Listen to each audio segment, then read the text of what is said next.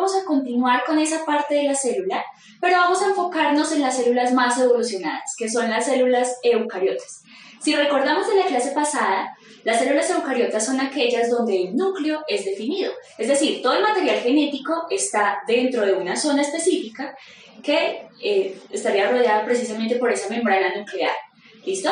Pero adicionalmente vamos a tener organelos celulares, es decir, zonas específicas dentro de la célula que se encargan de cumplir con funciones determinadas para que toda la célula funcione correctamente. ¿Qué sucede? Esas células eucariotas se van a dividir en dos grandes grupos, las células animales y las células vegetales. Independientemente de si es una u otra, todas van a tener tres partes principales: el núcleo, la membrana celular o membrana plasmática y el citoplasma. ¿Listo? Entonces, el núcleo, ¿qué es? Es ese centro de control de la célula. Ahí se encuentra almacenado todo el material genético, pero adicionalmente es donde se lleva a cabo el proceso de reproducción celular. Ahí es donde se encuentran todas las cadenas de ADN que van a permitir el paso de información genética de una generación a otra.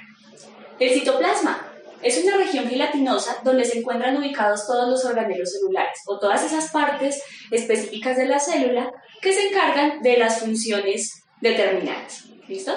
Y por último tenemos la membrana plasmática o membrana celular, que es la que encierra toda la célula, delimita hasta dónde va a ser, qué tan grande o qué tan pequeña es, pero también nos va a permitir el transporte de sustancias desde el interior hasta el exterior de la célula y viceversa.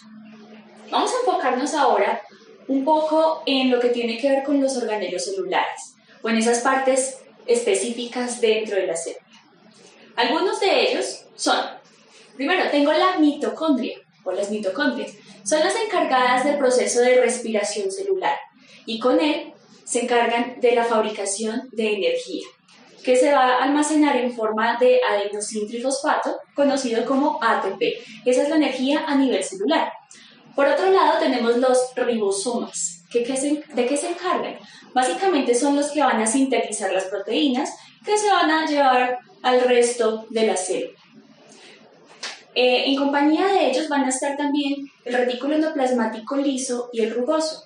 El retículo endoplasmático rugoso también se encarga de esa producción de proteínas, pero también se encarga de empaquetarlas. Por otro lado tenemos el retículo endoplasmático liso, que ya no se va a encargar de las proteínas, sino de la desintoxicación de la célula como tal y de la producción de sustancias grasas, que son aquellas que también nos van a aportar energía para que todo se pueda dar de manera adecuada.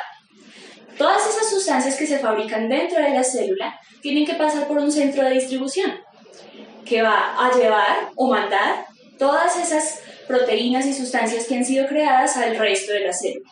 ¿Quién se encarga de eso? El aparato de Golgi, que es una zona donde hay un montón de canales que permiten precisamente el paso de esas sustancias y la distribución al resto de la célula como tal.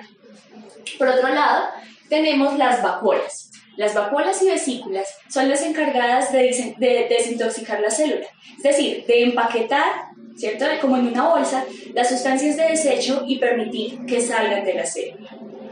Adicionalmente, cuando estamos hablando de células animales específicamente, tenemos una zona que se llaman los lisosomas, que se encargan de la digestión celular. Entonces, ¿qué pasa con las células animales, a diferencia de las vegetales? Los animales somos seres heterótrofos, es decir, nos alimentamos de otros seres vivos para poder sobrevivir. Entonces, esos lisosomas son los encargados de permitir esa digestión de los alimentos que estamos consumiendo para que la célula pueda nutrirse adecuadamente. Pero en la célula vegetal estamos hablando de que es una célula autótrofa, ¿cierto? ¿Qué significa eso? Que la célula fabrica su propio alimento a través de un proceso denominado fotosíntesis. ¿Dónde se lleva a cabo ese proceso? En un organelo que se conoce como los cloroplastos. Se encuentran justo en la zona de las hojas y son los que le permiten, además de realizar el proceso de alimentación, ¿cierto?, a la célula por el medio de la fotosíntesis, le van a dar ese color verde característico a las hojas. Pero las plantas, a diferencia de los animales, digamos que ellas no se pueden resguardar, no pueden moverse del lugar donde están. Donde se plantaron, ahí tienen que crecer y se quedan por mucho tiempo. ¿Eso qué implica? Que las células vegetales tienen que ser mucho más fuertes, más rígidas y más estables que las células animales. ¿Quién les da esa rigidez? La pared celular.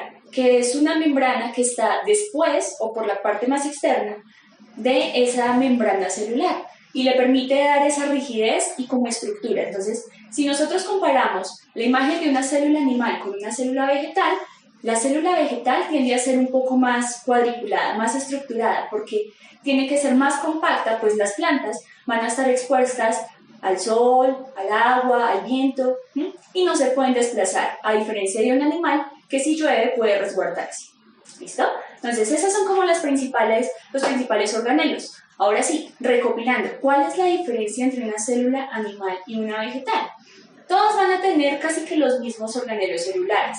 Difieren en que la célula animal, además de los organelos que ya nombramos, tiene cloroplastos y pared celular, mientras que la célula animal no posee esos dos últimos organelos, pero sí posee los lisosomas, que son los encargados de esa digestión celular.